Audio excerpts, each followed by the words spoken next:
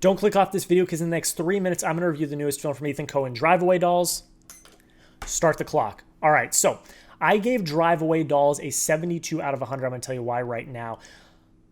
Last year, that would not have been a very good score, but with my new rating scale this year and being more critical, that actually isn't that bad. I think I took a lot away from Drive Away Dolls and left feeling overall satisfied, if that makes sense. I think we have some really quirky and well thought out performances from our leading duo of ladies. I think they bring a charisma to screen that was very welcome, and going along on this journey with them I think was very interesting, funny, and it could get emotional at times, but we'll get to that in a little bit.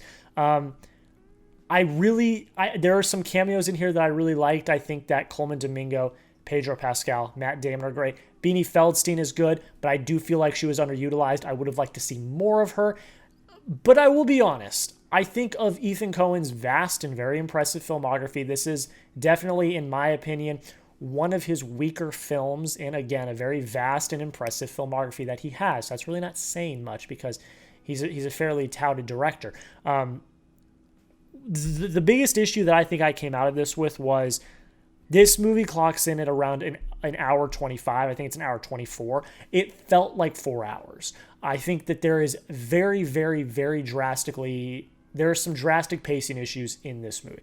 There are points of transition, might you call them, that do get fleshed out by the time the movie's over, but at the time they felt a little wasted, and I do feel like you could have cut a little bit of that fat to keep the story going, because when you're in the story, it's quick, it's frenetic. I think the editing was good. I think overall the vision is there. I just don't feel like it was fully executed to a way that I think, and maybe I'm just being a little over dramatic here, but I didn't think it was executed to a way that worked completely.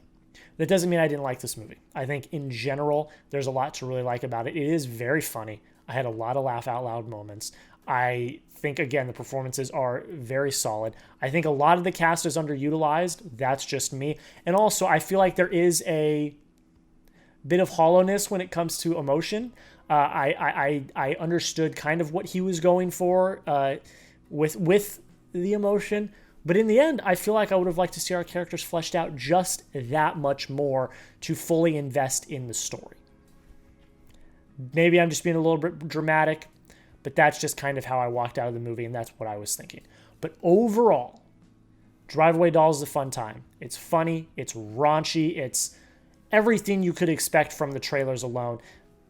Give it a watch if you want. It's got some pretty good performances.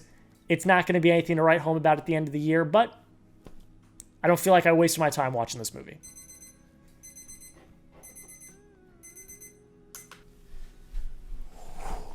That is it, ladies and gentlemen. Let me know what you think of Drive Away Dolls. Did you like it? Did you hate it? Let me know why. 72 out of 100, like I said.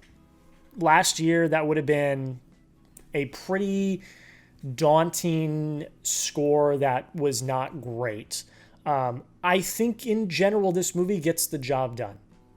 I enjoyed large portions and aspects of this movie.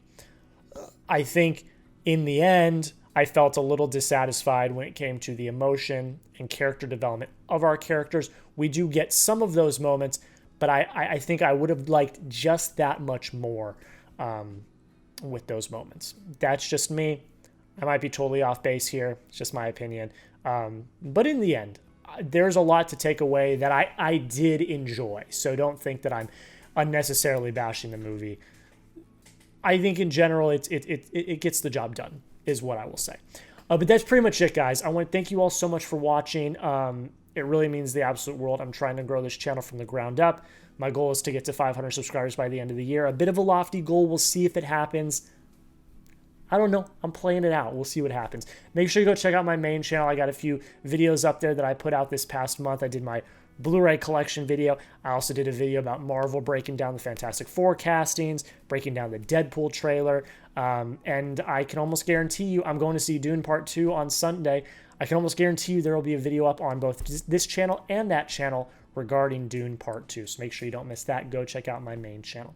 And of course, follow me on Instagram. Got the new aesthetic You're not seeing it in this video right now because I just haven't had time to record a new video. But if you've gone over to my Instagram, you've seen the new aesthetic, and let me know what you think. I really enjoy it. I think it's nice. It's easier to get posts out in a quicker and conciser way, and I think it looks pretty good too. That's just me. But that's pretty much it, guys. I want to thank you all so much for watching once again. First few months of the year have been kind of slow for me, getting back into the movie groove. I don't know. Sundance was great, but then February I really didn't do much. But I'm hoping with Dune Part 2 coming out, we're really going to get into the thick of it. We're going to start getting into blockbusters in April and May, and it's going to be a grand old time. And you guys are here along for the ride. So I appreciate you all so much. It really does mean the absolute world. Hope you all have a great rest of your day, and we'll see you in the next video.